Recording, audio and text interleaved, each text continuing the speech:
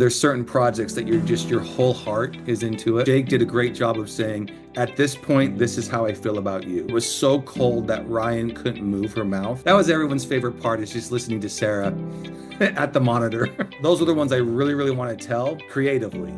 And I know how I want to do it.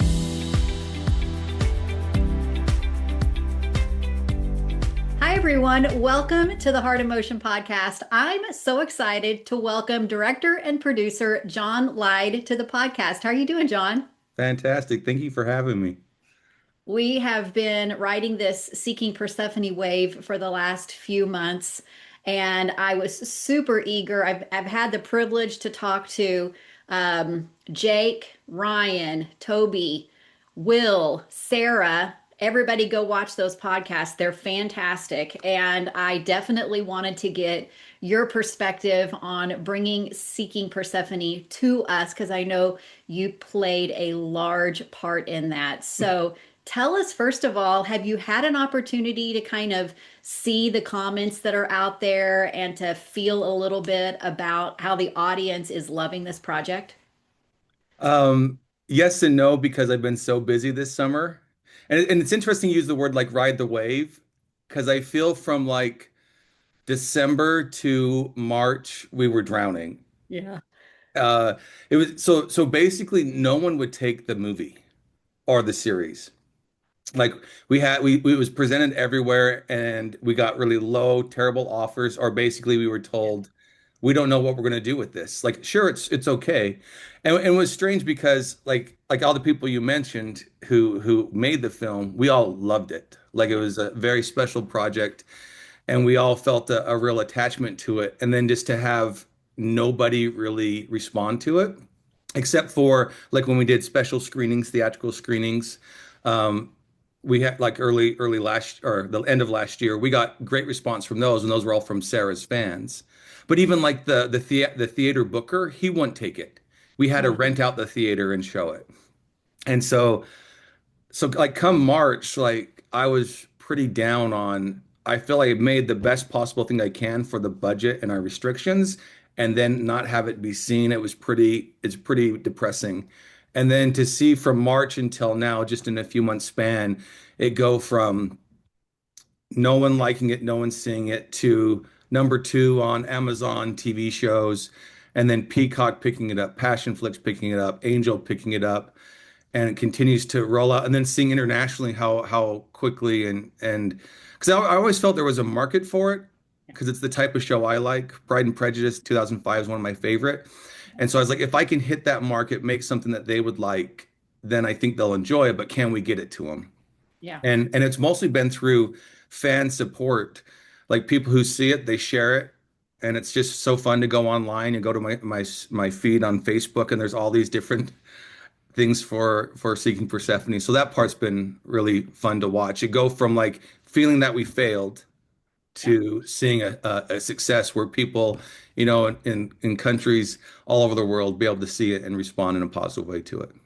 I think people just needed a few people just needed to get their eyes on it. And like you said, start spreading the word. I was talking when I talked with Jake back in March and posted that interview, even it did pretty good actually. And then about a month later, it just like took off. And it's kind of like this exponential thing is as it gets out there and people are watching it, it just kind of like blew up. I think what's interesting that I've seen more than, any of the interviews that I've ever done is this is a project that people keep watching over and over again. And they're not afraid to tell you, like, yeah, I've watched it five, six, seven times, which I think is just incredible.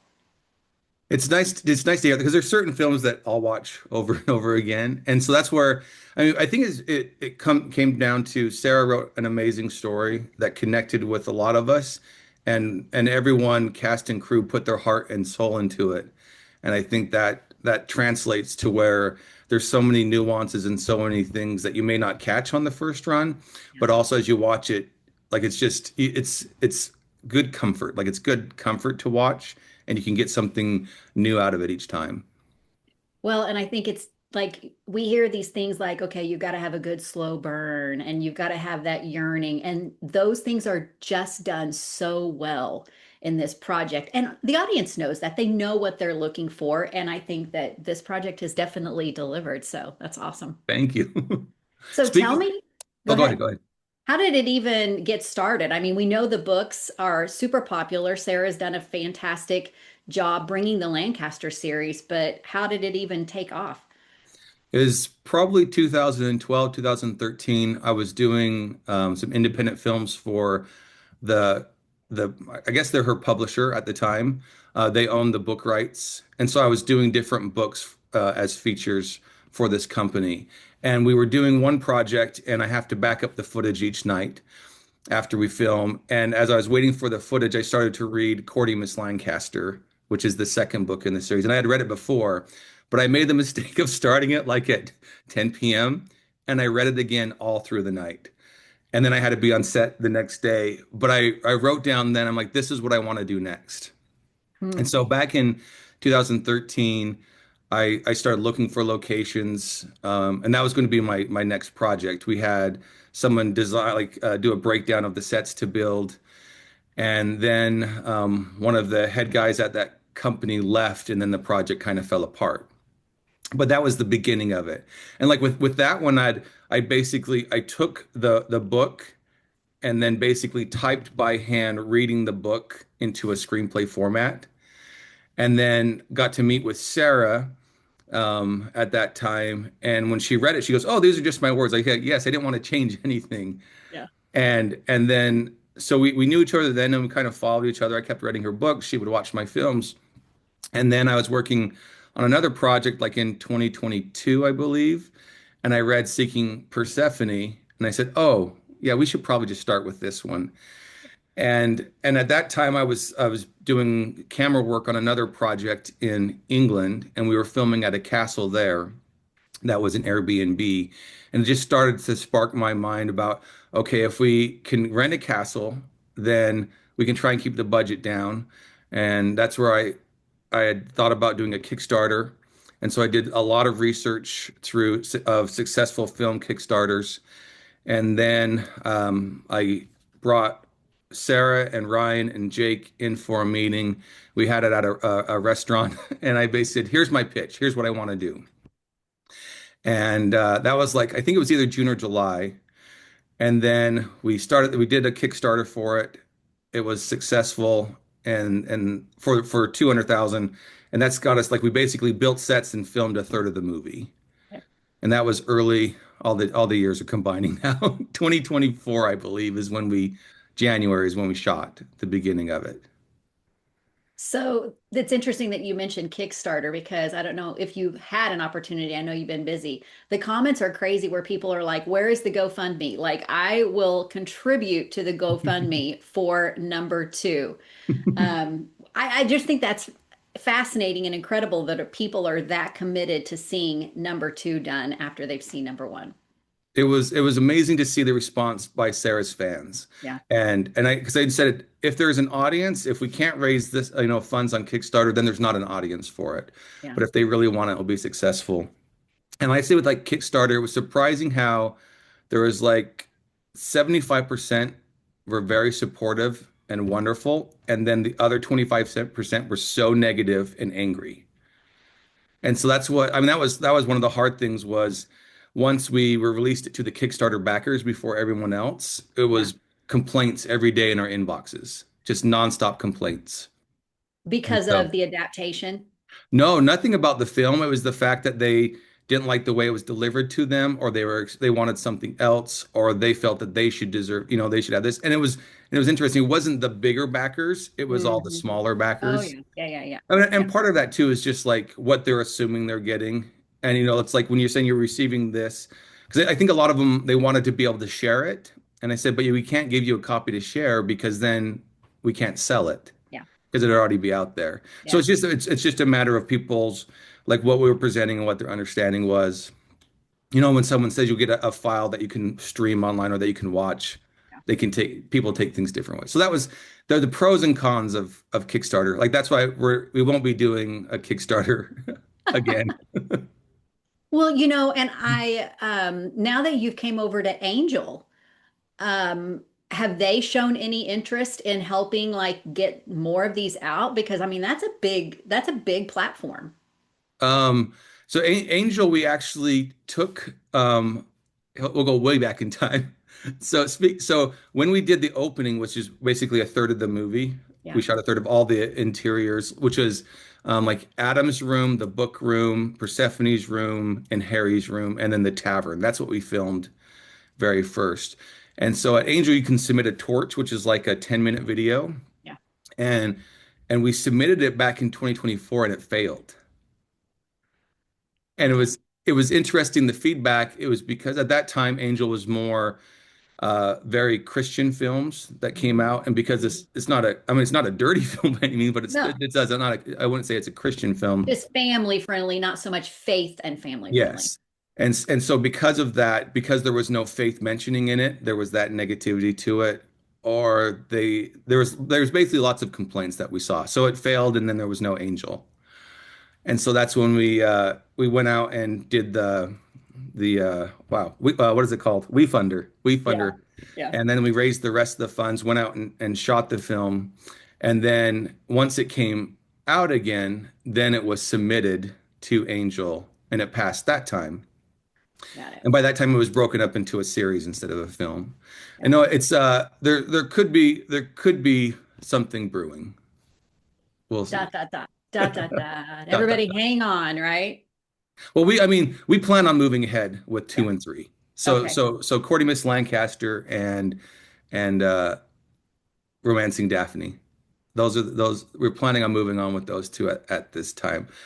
So it's just a matter of getting contracts, Yeah. trying to line up all the cast, trying to get visas for the cast. That's going to be like the All biggest the logistics. Well, Will issues. had mentioned that you guys may try to film two and three together just because of scheduling and stuff. Is that a possibility?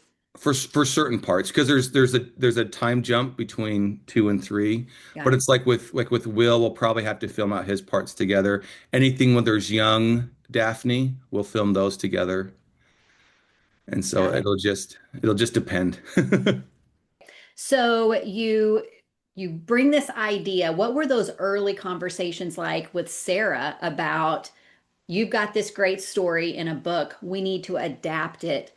And we know with adaptations, things have to go sometimes. So what were some of those early conversations like? Well, originally, so I took the book and then I did the same thing I did with Courting Miss Lancaster, and I put it through my screenplay format and then by hand typed. I could have just copied and pasted the PDF. I found out later, but I didn't have the PDF. I had the book, Lesson and so learned. I went through and basically made a 200, I think it was 265-page screenplay. And then as we sat down with Sarah, we started to go through what we can actually film and what can't we film. And it was just condensing some of the scenes or combining some of the smaller characters. And we started to go through just making it more compact, but still without losing. Like there's still 5-page, 6-page dialogue scenes of two people sitting, which I love. So Love, love. Well, and I just want to remind everybody, I introduced you as director and producer, but now you're talking about writing the screenplay and making those adjustments. So you were very involved from start to finish in this project, correct? uh yeah, I would say yeah. I mean, like some of the hats, like locations, I did, casting, I did, extras casting, I did, the accounting, I did, helping raise the funds, doing the camera work, backing up the footage, Okay. post supervisor, editor, and part of it though is because I really wanted to see it done, and there wasn't budget to pay for any of those things, Yeah, so I just did it yeah, myself to make it happen. absolutely. Labor of love for sure. And Sarah's the same way. Like Sarah, she and I both knew going into it that we wouldn't be getting paid up front. And so it was a big sacrifice for her and for my families to get this made, but our spouses were very, very supportive of it and us following this crazy dream to make this show happen. So you've got people that have listened to any of the podcasts that I've done with the rest of the team. I don't remember exactly which one it was, maybe a couple of them where they talked about you actually filmed this project over two different time periods. Oh, I know Ryan for sure and maybe Will. And just keeping that continuity. So what was that like to say, okay, we're going to film here and then a year later we're going to go back and, your director brain is going. What were those conversations like in that process? It was more of how much does someone's look change over a year? Yeah. And so it was the ones that we see are there's Toby, so Harry, Persephone, and Adam are the three that we filmed, and then also and Smith as well. And Okay. so we'd see them again, and it was just I think it was once we were filming in England, which was a year later, Okay. and I started doing the edit at nights as I was watching. Like I would take a scene of in the castle of Persephone walking down the hall, and then it cuts to her going in her room, which was filmed a year earlier. And we looked at it and we're like, okay, it works. So And so you actually were able to go, okay, I'm gonna pull up what we filmed a year ago and look and just see if that continuity was there. yeah, yeah. Editing is one of my favorite parts of the aspect of filming. And so like once we like the first thing we filmed was the opening scene, or one of Okay. the like we filmed the opening scene and the ending scene at the very beginning of when our England unit. Yeah. And I cut together the opening scene and I was just like, okay, everything's gonna work. Like it's working out. Fantastic. One of the things that viewers consistently praise is how immersive the world feels like. I mean, we feel like we're there. The locations you talked about, scouting those out. How important was it for finding that setting and bringing Kildare Castle and the Regency world to life? It was a character of the film we felt. Sarah and I felt the same way on that. So the castle I was telling you about that I was doing the other project on, the Airbnb castle. Yeah. So originally the budget was going to be much smaller, and our plan was to film the stuff in Utah and go film there. But then it was Sarah, her sister, my wife, and I went after once we raised the funds for Kickstarter, we flew to find the locations in December of 23.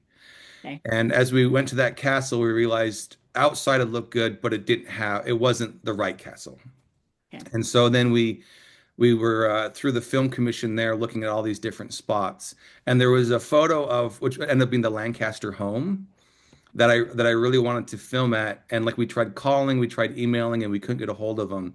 So we went and basically knocked on their door, and it was the nicest people. And we told them we were trying to get a hold of them, and they were very polite, and they said that we could film there. And then we were telling them what the project was, and they told us about Auckland Palace, which was just about 15 minutes away. And Auckland Palace is where we did the wedding, and then like where the garden is, where the breakfast room and the dining room is and the ballroom. And so we were driving to Auckland Palace, and on the way, Sarah's sister looks out the window and goes, "What's that?" And we look over, and it was the castle. It was Raby Castle. So we pull in and we start looking all around, and it was the castle itself was closed. But I called the film commission there, and they got a hold of someone and they gave us a tour. And I have this still of Sarah like glowing. Like, I mean, let me do her face. It was something like that. And like the sun's catching her just right. And I'm like, oh, okay, this is the place we need to film. And it was way above what our budget was. And so afterwards we discussed as a group of what we wanted to do, and it was we need to raise more funds because to do this right, this is the castle we need. Yeah. And like securing that castle took a long time, like probably 6 months to get. And a lot of it was the time difference. So like I Yeah. would send something 3 days later. Like it just took a long time. But it was a great place to film, and they can't wait to have us back, and we're excited to go back. Oh, that's fantastic that they're on board.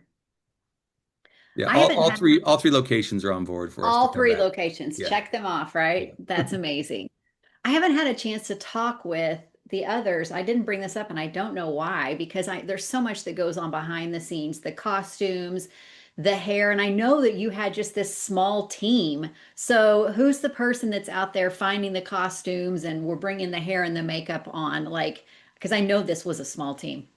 So Emily Jacobson has worked on multiple productions where I was either the director of photography or I was the director of the show. And we were on one, and at a lunch break, I said, "Here's what I want to do." And so she goes like, how much would it cost for you to design this outfit? It was basically for like the torch video, the opening scene, and for the some from still images, Okay. and so I paid her to do that, and that was the beginning of it. And then it was basically Emily Jacobson designed all the leads wardrobe where we rented a lot of the other supporting ones. Okay. So she designed the leads, all of Persephone's wardrobe. And that was lots of meetings where Sarah had her vision and her historical knowledge of what they were supposed to look like, when they were supposed to be wearing black for mourning, because of Linus or of the brothers passing. And then it was she hired just a few people, but the majority of it she did. Like Amazing. and she's Amazing. the one that her and another Julia, they were the ones they flew into London, rented a big box truck, filled that full of wardrobe from a rental house there, and then drove that the 7 hours up to where we were filming. Amazing. I mean, this is literally this project. Everybody's like, we're going to give it everything we've got. It Wow. was 100%. I mean, it was. Have you seen the photo of the cast and crew? Like Which there's one? 12 of us. Oh, It's yes. Like, okay. was that everybody? That was everyone. Oh, wow. Yeah, so it was we had our makeup person, we had our hair person, we had two costume people there, and then we had our grip electric team assistant, cameraman, and sound guy. That Yeah. was that was it. Amazing. So you talked a little bit about sitting down, having dinner with Jake and Ryan. What was it about the two of them that you said, this is the perfect pairing for Seeking Persephone? So I've worked with Jake since 2014 on various projects. And there's one we did, I think it was 2017, where it's this profile shot. It was a period piece, like 1840s, was it? And he's staring out the window and he had longer hair and this beard. And I'm just looking at it and I'm like, I gotta do a Regency romance with Jake. That's funny. And originally back then I thought of him for Harry. But Oh. but then as I started thinking about Seeking Persephone, I was like, oh no, he needs to be Adam. He fits perfectly with Adam. And then Ryan. So with Ryan, I saw her face on a website for her agency here in Utah. And I would often do like I put together little pitches for projects. And so I put together one, it was about like a modern day Snow White. And so she was the one that without even meeting her, just I liked her headshot. Yeah. So I put her headshot on as the pitch. And then as I was thinking of this, I'm like, oh, she has the right look for Persephone. And then um, we had her just do uh, she auditioned, she sent in a videotape. Like we didn't hold open auditions for the role. I just Okay. felt like she was the right one. And then at that time, so we auditioned her, and then Jake was directing a movie that Ryan ended up being the lead in, and then Will Kemp was in it as well. And I was the editor on that one. And when I got the footage from like day one, I was like, oh, she's perfect. Like she'll be great for the Yeah. role. And and and I told Sarah who I was thinking of, and she had just seen Ryan in a play, a Pride and Prejudice play here, and she goes, "Oh, I think she's great." And so that's how they came to be in the movie. And you had worked with Toby before as well. And Yeah, in so, in that movie in England, okay. at that castle that we didn't film at, I was the camera operator and he was the lead of that one. And I started talking to him at that time about the project and what I wanted to do. I was telling him all about Harry. And it was funny, like I hadn't talked to him much like the first couple days of filming. And then the lead actress, who I've known for a while, she goes, we were leaving one location. She's like, hey, John, Toby likes movie soundtracks. You love movie soundtracks. You should be friends. So then we just started talking, and that's what got us going. And he was talking about, I mean, he brought up the amazing score and the music, which I think also is a character in and of itself. Can you talk a little bit about um, what's his name again? James Schaefer. Have you worked with him before? Yeah, for the last 15 plus years, I've Yeah. worked with James. So I got introduced to him on a project in 2009, nine, 8 or 9, where the executive producer hired him without telling me, and I'd already talked to someone else about it. And she goes, "No, this is who you're using. He won a contest online." And I'm like, "What?" Like he had submitted, like, it was some film festival or something or online thing that he had won. And I said to the executive, I'm like, "But what if, like, we don't know if he's any good?" But then when he sent me the first cues for that movie back then, I called her up and said, "You're correct. He's fantastic." And so as long as he's available, I've used him on any project. And we have talked forever about using a live orchestra. And so when we brought up, I said, "This is the one where we should use a live orchestra. We'll make sure that we can, budget wise, fit it in there." And then really, like, he knew what kind of music I like, and I just let him do his thing instead of sit down and say, "I want this, this, this." Like, he just goes off of the feel of what the actors did and how it's shot. Yeah. And he did the music. And there was only one cue that I asked for changes on. He had done it as an action cue, and I wanted it to be a scary cue. Mm. And so that was the only note I gave him. And he ended up just redoing the whole music for that little section. But it was, we were on another project, and this had been like, we'd been working on it for 2.5 years, no pay. And it was at the point where, like, is this going to work? And I got his very first cue, which is the opening cue to the film. And we were and it was like, I was editing that day of the other movie's project. He sent me the cue, and I play it, and I just start crying, and I'm like, "Okay, it's all worth it." Like, he knocked it out of the park. Like, all the trouble and time and effort everyone has put into this is going to pay off. Absolutely. Well, and anybody that's watching or listening, you can go, like I was on Spotify the other day, and if you just type in Seeking Persephone, it's there. So it's amazing Awesome. to listen to. He Yeah. makes more money off iTunes than Spotify. Get over to iTunes, That's guys. right. Go to iTunes. Help them out. His 0.004 cents per listen Yes. on Spotify. Play it in the kitchen when you're not even in there. Just keep playing it, auto Perfect. looping it, right? Ryan told me that when I talked with you that I needed to ask you about conjuring Persephone. Does this make sense to you? It does. So when we were doing the fittings, we were over at Sarah's house, and I enjoy asking her to do silly poses. And she did this pose that looks like she's possessed, and she didn't do it on we don't know what happened with the camera, but it elongated her, and like she was opening her jaw, and it looks like her eyes are rolled to the back of her head. And so in my phone, she's known as Conjuring Persephone. I love it. I That's where it love came it. from. I Not love really it. possessed, no, but just the image looked that way. Yeah, that's hysterical. That's so funny.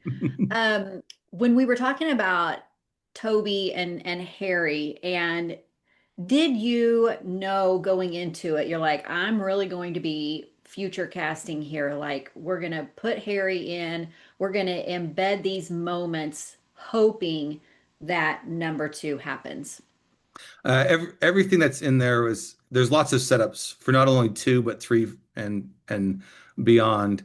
And so it was fun. Like, the very first screening we went to with Sarah's fans is all those little bits hit. People who know what comes up. Because if you don't, you're just like, "Oh, is that a setup?" But then those who have read the books, like, "Oh, that's what she's talking about. That's where this goes." So, like, the look at the church was super important for me, for him to first notice Mhm. Athena. Mhm. And definitely when casting, we went in. Kat, who played Athena, and Toby did a film previous, and they had really good chemistry. So he's the one that recommended her. Yeah. Like, they just work really well on screen together. And then, like, for young Daphne, same thing, because she has a pretty big part in two, and then there's lots of flashbacks in the third book. So it was important that we cast those parts correctly. So Okay. I just hope that everyone can come back. So Daphne, how will you play that with her age and everything? Because she's So three, there's right? the young Daphne so it's the same actress Willow for book two, and then in Yeah. book three there's lots of flashbacks, but then we'll recast for when she's like 19 or 20. Okay. That makes Unless it sense. takes Yeah. that long for us to make it, then she can just play that part too. Yeah. Hopefully Yeah. not though. When I visited with Will, he said that John moves fast. And which I'm sure is a big asset when you're doing an independent movie and you have a vision. You have literally thought this out for, it sounds like, years now. But being the editor also, how much does that help you when you're up directing, knowing this is how I'm going to edit it when I sit down? It's tremendous, a tremendous help. And as an editor, I've been able to work with lots of directors, so I see how they shoot, and then how things change in the edit, or how much, because every director works a little bit differently. But because I'm the one who usually has a hand in the script, and then I'm going to shoot it as well, I'm going to direct it as well. Like all the blocking is in my head beforehand.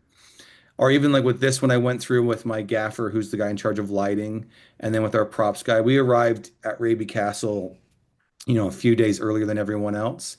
And I basically had them stand in and said, here's how, and just with my iPhone, here's the angle I'm going to get. So then they can start thinking about how they're going to place the lights. And so like even on my Instagram, it has like here's our two burly men as Adam and Persephone standing to get married. And then here's the real shot from the movie. And you can see like the framing's pretty similar. But Yeah. going through like when I shoot for others, I get a lot more coverage because they really want to have like play in the edit a lot more. Or I'm a big fan of just letting the actors do their thing. And so this was one where because Sarah and I were in charge, we got to basically cut it how we wanted to. And so even like there's the scene where Adam and Persephone are laying in bed and they first talk to each other for the first time. I didn't want any cuts. I just wanted an overhead shot with the very, very slow move in.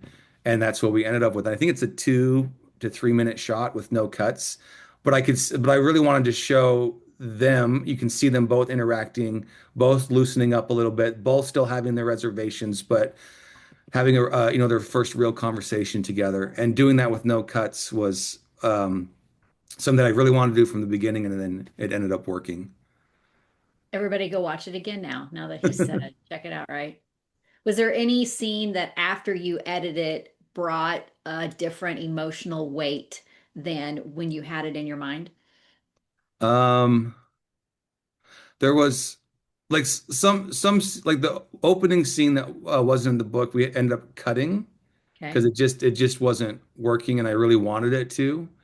Like you'll see online, there's a couple shots of it. You'll see the all the sisters together, like with a blanket over them, leaning down with candlelight, Yeah. like that. It just didn't cut together how we wanted to, so we lost it, and it wasn't important to the story. I just wanted to show the sisters smiling and having fun together because you never really get to see that.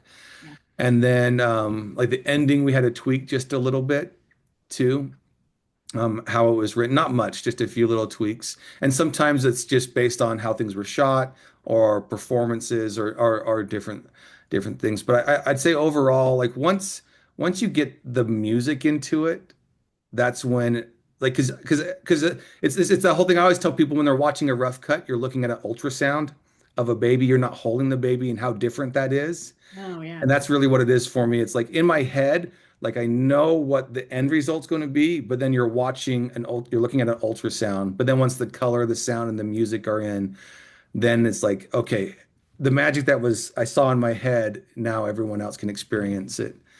And so if it gets better once that happens, like if it's like most other times it's better than it was in my head. And this is one where it was in my head, but then once everyone's talents came together and just elevated it, that's where I was like, I thoroughly enjoyed the process of it all coming together at the end. You had mentioned that, what you had pitched even to Angel. At what point did you decide it's going to be four-part series to make a movie? I asked that because I wonder, like, what you had to cut and all of that to pace it out. So we ended up not cutting anything. So Really? so originally we went in with we wanted to do it a series from the beginning, Okay. but then we ended up just doing it as a film. And then that's why it fades to black at the end of the first act, and then it fades to black at the end of the second act. So that was originally it was going to be 3 episodes. Okay. But then in talking with our distributor, they suggested 4. So then Sarah and I went through it and said, okay, here's where we need to cut. And then we just had to add in at the beginning the previously on.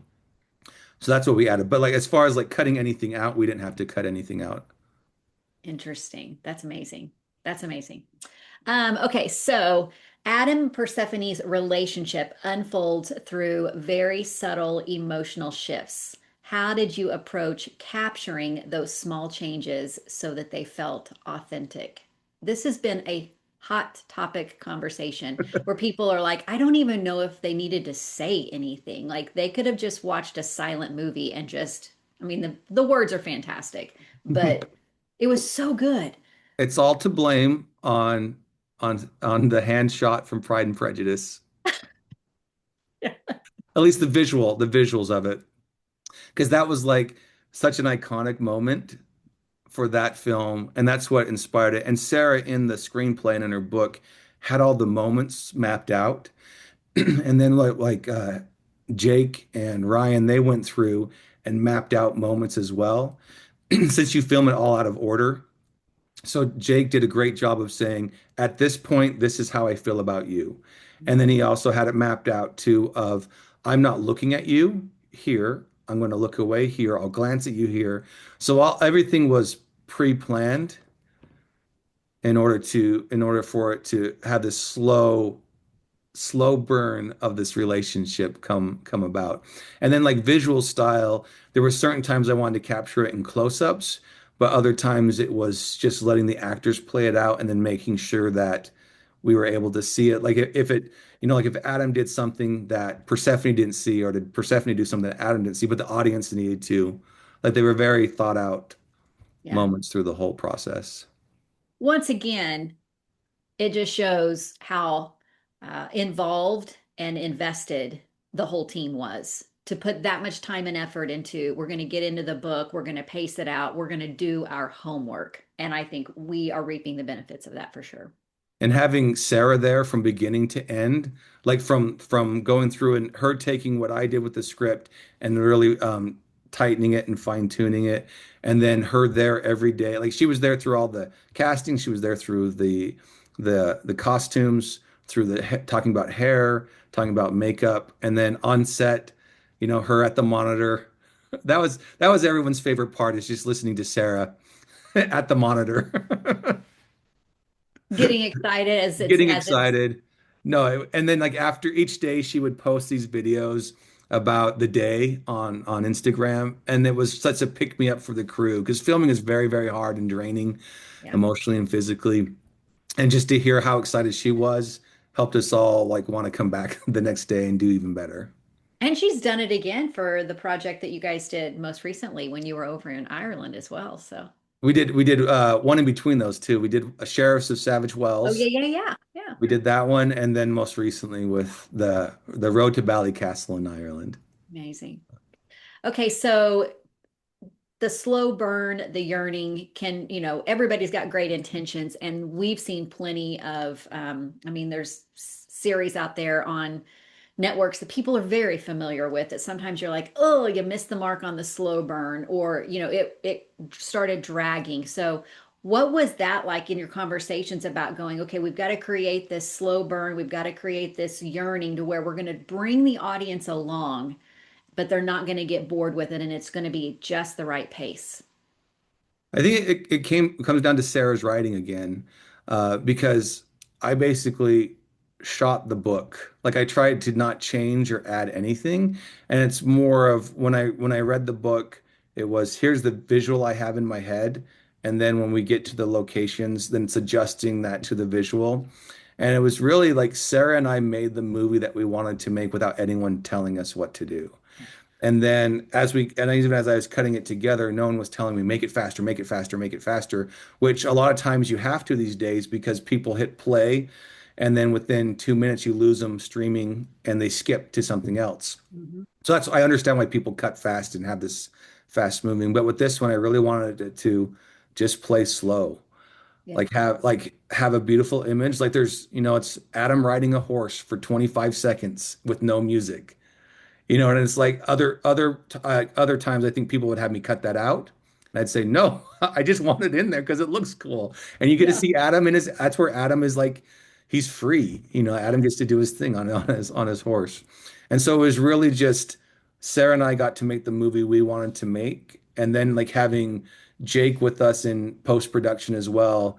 Like the three of us spent hours going through the edit and just fine-tuning and tightening, like taking out a little beat here or changing it slightly there and just seeing it having I think because the three of us were all on the same page of what we wanted and where we were going.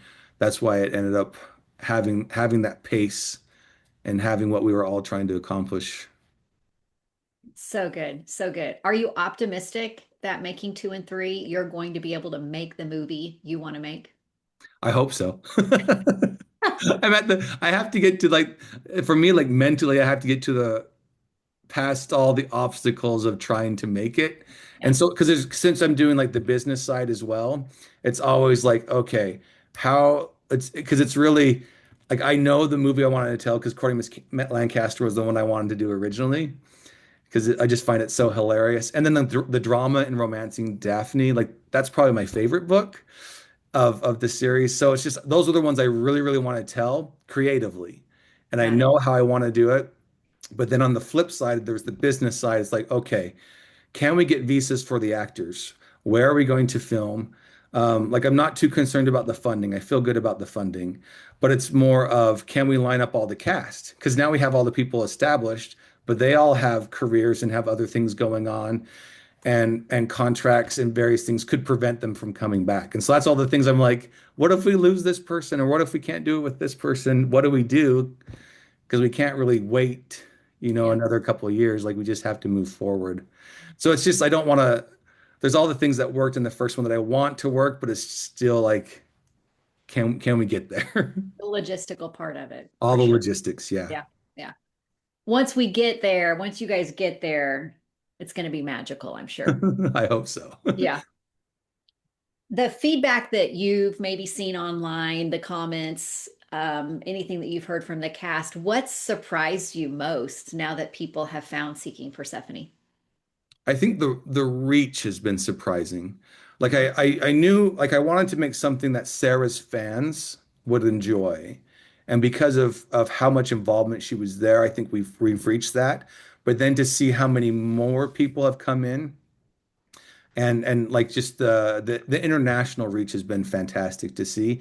And then once Angel pushed it in mid-June, it was amazing to see it go like it shot up in the top, I think it was top 50 on the IMDb meter. And then like Ryan's rating went to 143, Jake's was like 150 something. And that it was because Angel really put some good marketing behind it, and then it reached even more people. So it's been really great for it to find an audience and then the audience to love it. And I think if we can just keep that momentum and be able to capture the magic in the first one, because it's there in the writing for all the rest of them.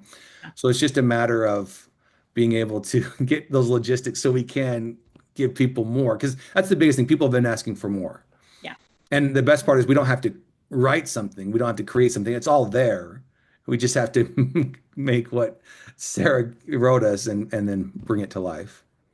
Well, and I fall into that camp. I hadn't read the books before. I joke and say I read fiction when I'm sitting on the beach because I'm such a learner. I'm always in nonfiction. But when I go to the beach, I'm reading the fiction and I hadn't read this yet. And so, this weekend is Courting Miss Lancaster. I've already purchased it on Kindle. Nice. Everybody's saying, no, you have to read it, especially after I talked with Toby and he was like, when I had to figure out who Toby was, I mean, the book is there. It just literally tells me what I have to do. So it's just been, I think, fun. Like you said, you've got this audience that you have to honor in the books, but there are so many people who are starting with the movie and then going back and now reading the books. So it's fun. I also like with Courting Miss Lancaster, it's Harry's perspective. So it's not Athena. Like whereas Yeah. Persephone, it's mostly her for the first one. This one is Harry's story. So that's what's fun, really fun about that. It's just because it's different. Because I do want to talk more about Courting Miss Lancaster. When you look back at Seeking Persephone, what creative decision are you most proud of? I think the freedom to do what we wanted and let everyone do what they wanted. Yeah. Because I feel like so many people are constricted at times with their talents, which is, I mean, when it's someone's money and it's like, I need you to hit this certain thing. But like with wardrobe, like just letting Emily cook. Let her do what she wanted to do, and she just came up with the most amazing designs, and they were so good. Or with music, and even with the actors, like I didn't have to do. It was more of my direction was here's where you're standing, and maybe reminding them of the timeline where we were at. But everyone had such preparation, and then being able to ask Sarah any questions at all, like it was easy in that aspect. Just and then even like with hair and with makeup, let everyone like come up with their own, basically talking with Sarah and myself, but letting it be theirs. And that was fun to see where everyone would be able to be so invested in it that Is is there a scene going back now that, or even a production challenge that would surprise the audience? the whole thing's a production. So the one scene where Persephone sees the horses for the first time, and Adam and Harry come riding up. It was so cold that Ryan couldn't move her mouth. It was and like we were able to, like, with color correction, we add a little bit into the sky to make it not look as cold. You just add a little bit of warmth to it. But it was so cold, and we were moving so slow that morning. Like that was tough. And like the shoes she was wearing. Oh, I think that's the one where I took off my boots so she could stand in them. Oh, Because like, she had like her shoes were not like they were like slippers. yeah. I'm like, we Wow. can't see your feet. Stand in these. Like I'm good. Gosh. Or what else? Let's see. During the chase scene at the end, where he's Adam's chasing after Mr. Smith. Yeah. So that one, it's basically I have this camera called a Ronin, which is a handheld camera it steadies. Yeah. And so it's just me sprinting after him. And like we did two takes, and on the third take, I'm like, hey, and action, we start running, and I feel a pop in my hamstring. And I'm like, Oh, wait, stretch. Let me see. I think I can go. Let's try it again. And I start running, and then we shot the rest of the scene.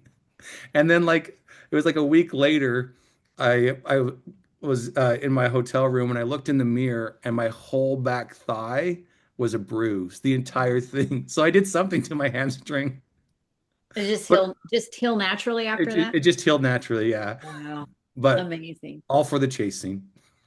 And then the wolves. Can we talk about the wolves? Yeah. So the wolves, we filmed all the portions with Persephone just acting to nothing because we couldn't bring in wolves there.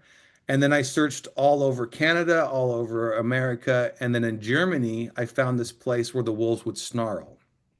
And so I contacted them and then flew out there, and they basically film on green screen the wolves. Okay. And so we were able to say, here's our footage because it was all pre-planned out. And then they just basically film according to what angle we have. They film their wolves. And they were basically like giant dogs. They were very friendly, but they could get them to growl. Nice. And that was a little terrifying. But no, that was it was we really wanted to use real wolves and not digital wolves, Yeah. which is interesting because a lot of the feedback when it first came out was the movie was great except for the digital wolves. You're like, no, they're real. They're real. So, No, it was good. And I think when talking with Ryan, I asked her what one of her favorite parts was, and she was kind of like the blood and the gore. She's like, "Can I say that?" And just creating that moment and that intensity, which was fun for us to see as far as like there's that it's just such a pivot in their story. But she was like, "Yeah, but I just liked it for the blood and the gore." So that sounds like Ryan. yeah. No, it also worked out like weather-wise, like the weather was perfect for us. It didn't rain when it wasn't supposed to rain. Like the heavens were with us on weather, and then the one day it did rain and storm bad was that scene. Oh, And so it worked out perfect with the wind and rain blowing in her hair. And then afterwards, like a double rainbow came out over the castle. And then like we had to film Adam riding back with Persephone on the horse. And I didn't want to show a rainbow because I think it would be distracting, but like the rainbow was there there. above the castle. So that Amazing. was the weather That's was very cooperative wow. for us. Um, Favorite scene. Can you pick one when you're so invested in a project like this? It varies. There's so many. I loved filming the scene where Persephone says goodbye to Daphne. because that wasn't in the book, and it was one that so there was a couple scenes that we added based um off of like feedback from actors or like so when we cast Willow, I Mhm. said to Sarah, she's so good, we need a scene of her right here. Yeah. So that was added. Or like it was Ryan's idea for Adam and Persephone to dance. Mm. She was like, Oh, I really need to see him dance. And so that's the best part is when we say that to Sarah. Sarah's like, okay. And then because she comes back the next day and like, here's the pages. here's how we're gonna do it. Wow. Yeah. And so that scene with Willow was it was so good to watch the two of them interact. And then the best part was the one of the extras playing the footman or the doorman at the carriage.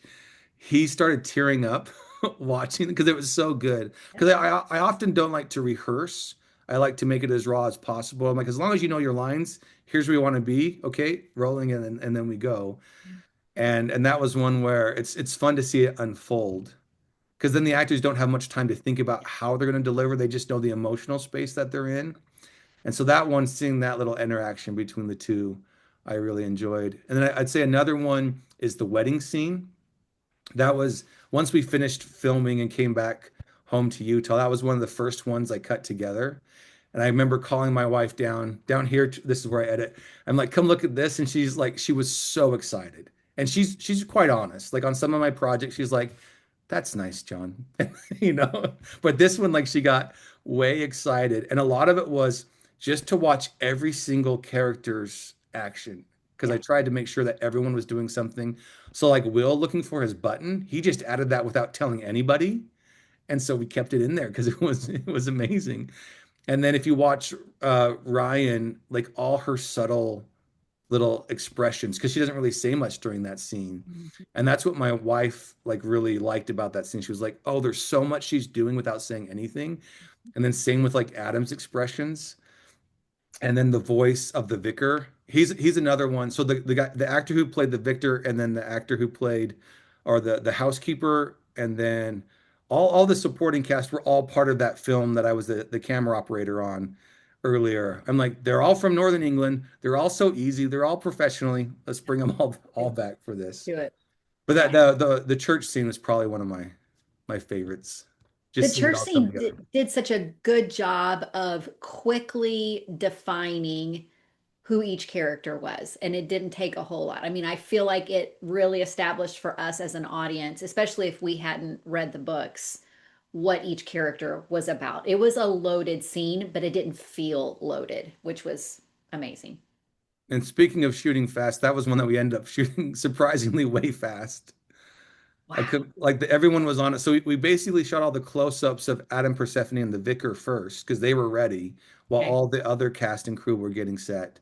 Then we broke for lunch, and then oh, we also had to film the carriage ride. We filmed that very first that day, Yeah. and then we brought everyone in, all the background and the other cast, and I explained what we were doing, and we got our shots, and it worked out. But there was everything in there. Like I wanted that moment where Harry looked over. I wanted to see Athena trying to be the mother figure, but not quite doing it. Or even there's that look between when Persephone's leaving and Daphne looks confused.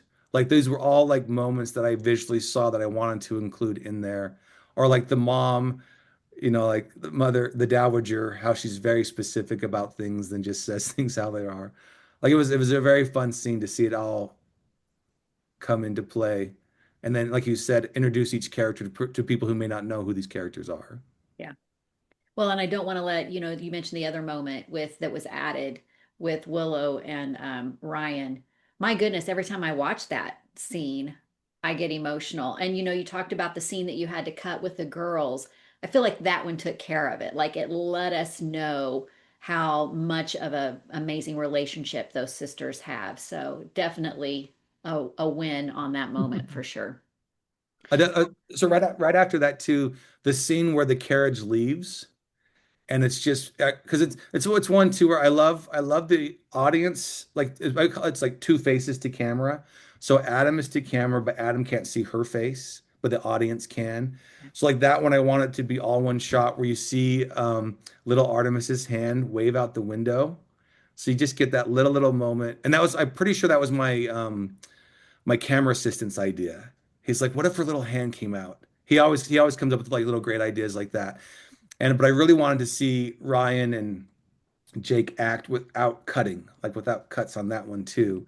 And I think we did like 4 takes, and they were a little bit more emotional from Persephone on the Mm. earlier takes, but on the one that we used, I really liked how she's trying so hard to keep it together. And then Adam is so confused. Yeah. But it gives us a glimpse that there is this soft side to him, which was so needed in that moment. Because you don't, because I wanted like that at the beginning on the carriage ride, you see one little hint of something. And then it's just like his journey is so fun, Yeah. and that character is so much like Jake and Sarah. So it's like the two of them working together on that character is pretty fun to see and pretty fun to see it unfold because they are both so caring. Yeah. And then with Adam, it's when can he show it? And everything is so deliberate. Like everything that Sarah wrote, there's all this history behind it.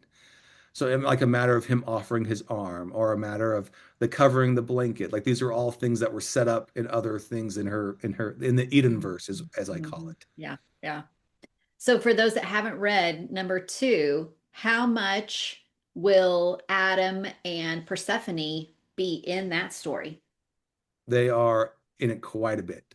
Okay. So right now, and here's a little. So the first episode of Courting Miss Lancaster, the second one, and who knows what we're going to end up calling it. None of that's in the book. Okay. So it's the bridge from Seeking Persephone to Courting Miss Lancaster. So none of that's in the book, but Persephone and Adam are in it quite a bit, like a big chunk. And then even in the third book as well. And then I'd say Daphne is probably the one that's is increased the most. Like Okay. the Daphne Adams story is something that I love. And so like when Sarah wrote the screenplay for romancing Daphne and courting Miss Lancaster, my only note was, can I see more of Daphne and Adam? Because Mm, their story is together is so interesting from at least as a reader and then directing it. That's what I'm excited to tell okay. is their relationship. And so that's something as you're getting ready to read it that I think the audience Okay. will really enjoy. Okay. So screenplays are written for both two and three. Yeah, maybe I wasn't supposed to say that. But yes, they are. They are written. It'll just get people excited because That's right. I mean that's where people are right now is they're like, we can wait as long as we know they're coming. Like, tell us they're coming. So yeah. Yeah, we're just waiting like on official contracts and stuff like that. But as far as like working on it, Sarah and I and Jake have all been Yeah. moving quite hard. Basically, it's like when things can happen, we can just start going. Gotcha. Gotcha. What in the next one, what are you most excited for the audience to see? More of Or that you're Harry. able to produce that you're More of excited. Harry is what I think the audience wants to see. So He's the he's here's popular. here's a spoiler. I because like I always my wife teases me that I always will show a shirtless guy scene, right? Women I feel modestly, but guys, I exploit guys. I'm terrible. But so we had the Jake scene in the first one. So I'm Oh, like you did. Yeah, you did. so now in the second one I said, isn't there a scene where Harry and Adam should have their shirts off? And so that's in there. And it all makes sense in the screenplay. But that's in there. I gave Toby a warning, so he can be trained and ready for it. Yeah, But yeah, that is awesome. It's coming, it's everybody. coming. It's coming. No, but as far as like more of Harry, I think I'm exciting. The relationship between Athena and Harry, I always like because it's to me it's all about miscommunication, and communication. And so that's where that aspect of it I think is interesting. And then really like Adam and Daphne's story, I'm really excited. Their relationship, I'm really excited to dive I'm really into. intrigued by that pairing. I'm really intrigued by that. Dun dun Dun dun. dun Okay. dun. Yeah. Okay, so Looking back at Seeking Persephone, what worked so well that you wanted to carry that same spirit into the next one? I think it was the spirit of unity amongst the cast and the crew. Because like it's like every single person involved was so emotionally attached to it that they were willing to do whatever it took to make it work. Because I mean, there's like we all go into work and we still want to do our best, but there's certain projects that you're just your whole heart is into it. And this was everybody involved. And so even like when rap was called, it was emotional. It wasn't like, we're out of here. Thank goodness we're finally done. It was like, oh, it's over. Like that was a special experience. And so it's capturing that because the story and the characters continue. And like what happens with Adam and Persephone, it's not just, and now they're happily ever after. Like it's, here's what happens in a relationship that starts that way. Like where do you go from there? And so Mhm. seeing that continue is what it is really exciting.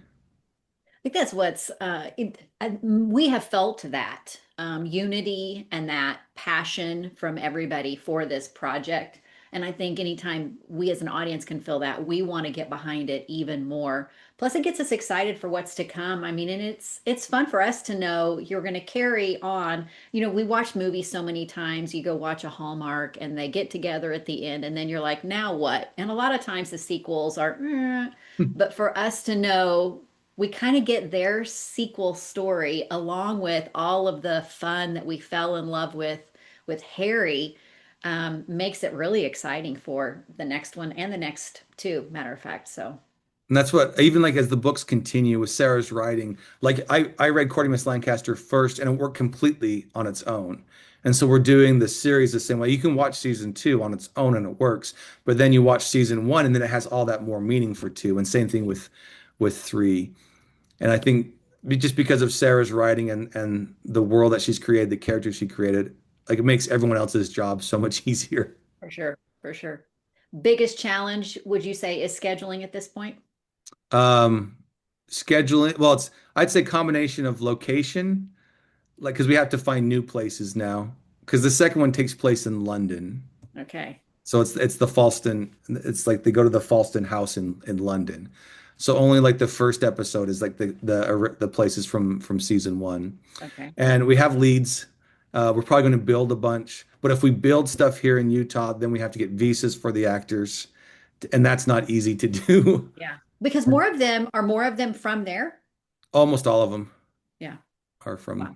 from there. And then the other big issue is scheduling with the actors because some are on contracts that take them like their production basically has to approve them leaving, Hmm. and most are very hesitant to do Yeah. so. So we'll Yeah. see. Yeah. Fingers crossed it all works out. Just let us know who we need to write letters to, All right? right. Yeah. Um, is there a scene you think perfectly captures what Seeking Persephone is all about? Um, Is that even possible? I think it varies on the story. So the one scene where her coat slips off Oh yeah. where he so Adam and like Sarah did this little Instagram about like him placing the blanket on had a certain meaning and like visually I said this is all about your hands, by the way. If you notice on that scene you don't see his face, it's just his Mhm. hand acting is so good in that, like when he puts the blanket on, but then when the coat fell off, that just naturally fell off, and Mm. because they stayed in character and went with it, like I love that moment because they both knew the characters so well. They just went with that moment and it basically showed the relationship between Mm. the two. Mm. So I felt like that was a moment that really helped Mm. show it all together. Or even like the some of like the interaction between like the dinner scene with Harry, Persephone, and Adam. Like that one I also really enjoy just because it shows Persephone not backing down, like she's trying to crack jokes and she's trying to stay up with the Duke and not let him push her around. And then you see Harry just throwing out little jabs all the time, but then building up Persephone. And then Adam seeing he has like an element of respect for Persephone now, by what she's doing. So it's just it's that scene I think it shows a good of who each of the characters are. Absolutely. Yeah. And on the other, my mind immediately went to those outside moments. I think it just, Persephone is she feels safe out there, like that's her place to get away, and the fact that he comes to her. But I thought of both of those moments when I asked that question. So that's interesting. Or even like any of the scenes with Adam and Harry together in the book room, because those are 5-page scenes, which often can be very boring. But I remember when we were filming them, like none of the crew was bored. Yeah. They were excited to do another take because it Oh yeah. just their acting was there and the writing was there, so Yeah. just worked. Toby even talking about, how would I play Harry up here, kicking my feet up, my boots up on the table, and so good. Did he Yeah. tell you about the whistling?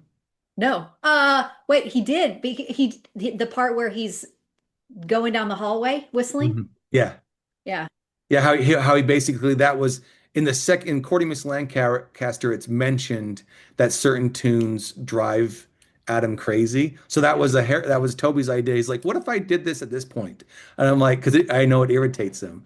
And Yeah. just having the actors know the characters, Once again, just it doing just their homework, yeah, right? doing their homework and just having it bring this, new life and little nuances to every little scene.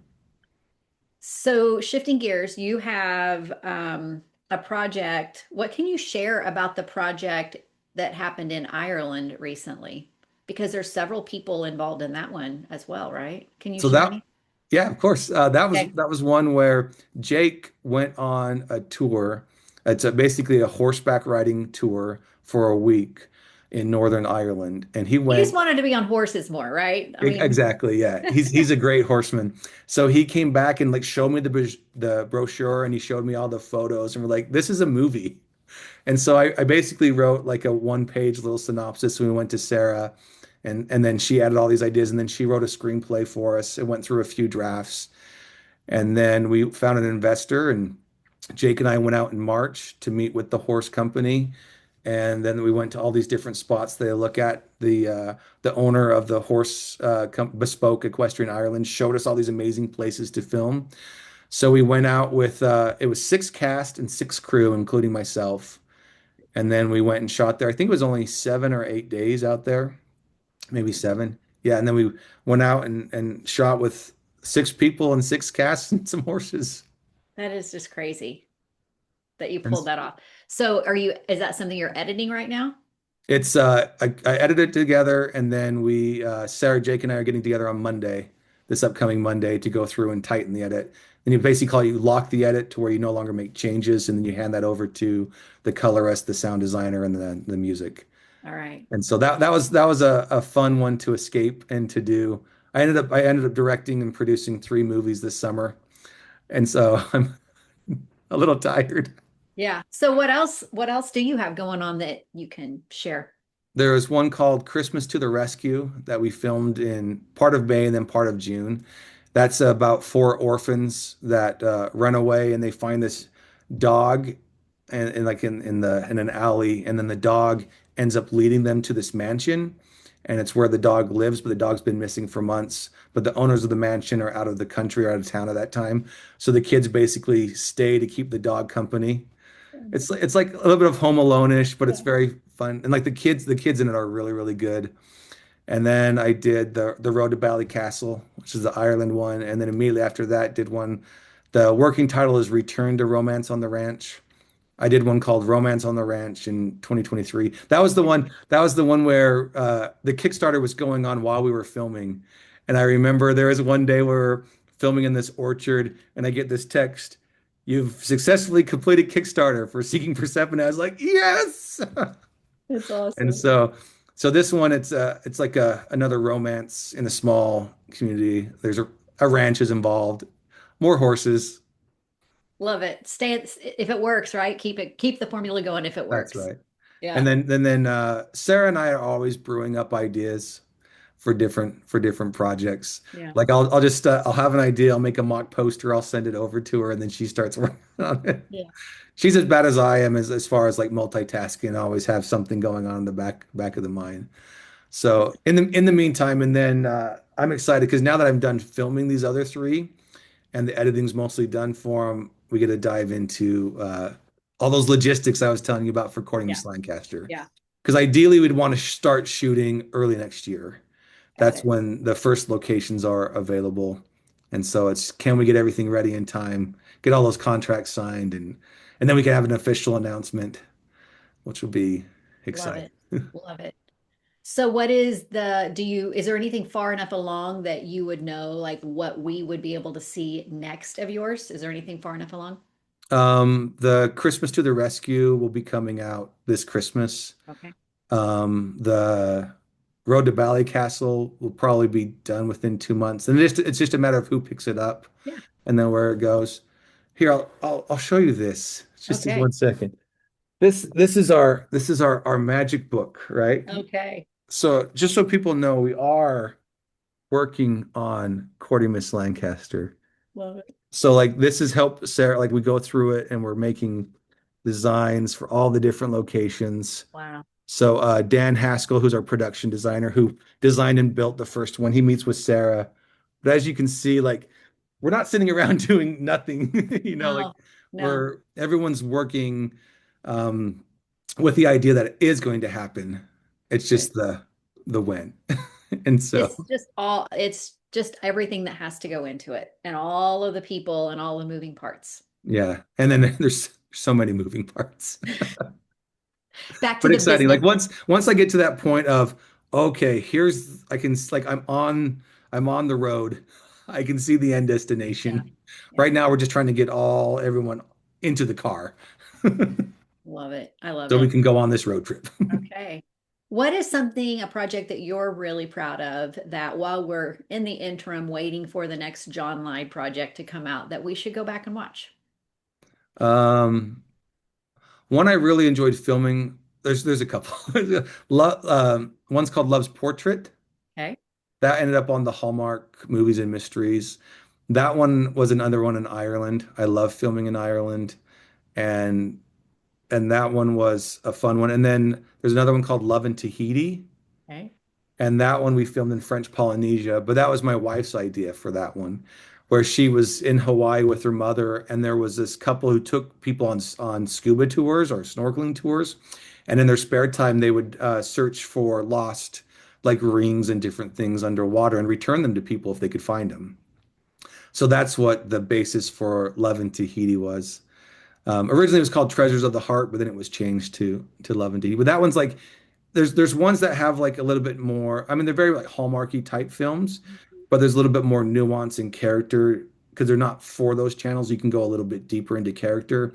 So that one, like, there's a good father-daughter relationship, which I like in that one. And so it was, and plus the scenery in both is beautiful. Where can we watch those? I think you can find them on like YouTube, Spark TV on YouTube. Tubi usually has them as well. Amazon has them. Well, and the first one, did you say, does Hallmark still have the rights to that first one?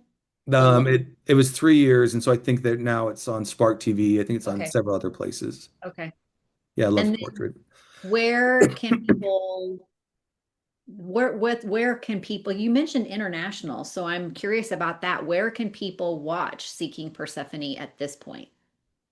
To my knowledge, now we have it in Australia, Canada, Spain, lots of Latin America. Like Germany was one of the first ones to pick it up, one gate distribution, but they haven't released it yet. Okay. And so a lot of it is like if you have to go to a territory, someone who represents that territory will pick it up, but then they decide on when to release it. But Got then it. other times you can, like with Angel, for example, you can say Angel only in the US, like that's what the contract's for. Or you can say Angel and US and Canada. So it's just a matter of, and that's where our distributor gets to handle that all of who gets what rights and where. Yeah. And then Israel, I heard it just sold to Israel. So Nice. that's pretty cool. Where there's I think Finland. I think it's in Finland There's now. something, so I follow With Love. Yeah, where is that? Is that Dutch? I think It's it's Scandinavian Scandinavian. because there's like With Love Norway, With Love Sweden, but they all Okay. kind of encompass the Scandinavian countries. So it's got to be playing there because Yeah. they are playing that. I So get lots of on my feed. on my Facebook feed about the With Love Yeah. Seeking Persephone. So that's fun to see. They make great reels as well to They promote it. do. So They yeah, do. they make great reels. And it's on Passion Flicks here, which is great because Passion Flicks has a wide variety, but hey, they know love. They know a love story. They know love. There it is a wide variety, that's for sure. Of the Hey, and a types of good things. love story, it doesn't matter. So There you go. yeah. Okay, how can people follow you? Because you do a great job on Instagram of kind of bringing us along for the ride as you're involved in a particular project. It's Mainstay Pro on Instagram is where I'm at. Sometimes I'm good at posting, other times I'm not. But We've been able to, go once we go ahead. on the Seeking Persephone journey, I'll be posting a lot more. We've been able to see that, so you posted quite a bit about your recent project that you just wrapped up. So I try and like when we're filming, I try and do the stills. Not, but a lot of it's just to show, hey, cast and crew, this is what we were able to do today. Like you guys look great, you've done great, and so it helps we've worked for 14 hours, yeah, yeah, today. It's yeah, all worth it in the long run. absolutely. Absolutely. Well, it has been fantastic talking with you, and my audience loves the behind the scenes, and I think it helps them understand the amount of time and effort that goes into bringing a production like this. I want to remind everybody watching and listening, I'm going to have a playlist that I'm going to create on YouTube where you can hear all of these in one playlist. So Jake Stormoen, Ryan Bailey, Will Kemp, Toby-Alexander Smith, Sarah Eden, and John Lyde all have taken the opportunity to visit with me.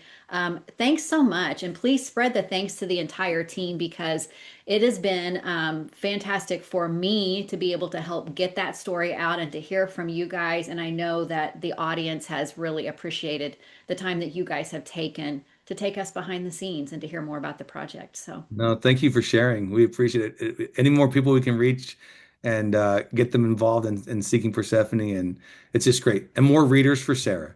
yes, absolutely. Well, I've already bought number two, and it's my weekend read, and I'm going to let her know I'm reading it and I'm not going to the beach. So, this is a big That's a deal. big monumental step there. I know, like we're crossing hurdles here. We're checking things off. So, thanks so much, John. And hey, come back anytime you've got a new project that you're ready to talk about, and Sounds good. we'll keep our eyes peeled for things to come. So, All right. Thanks so much. thank Appreciate it. you. All All right, bye right. bye. Bye-bye.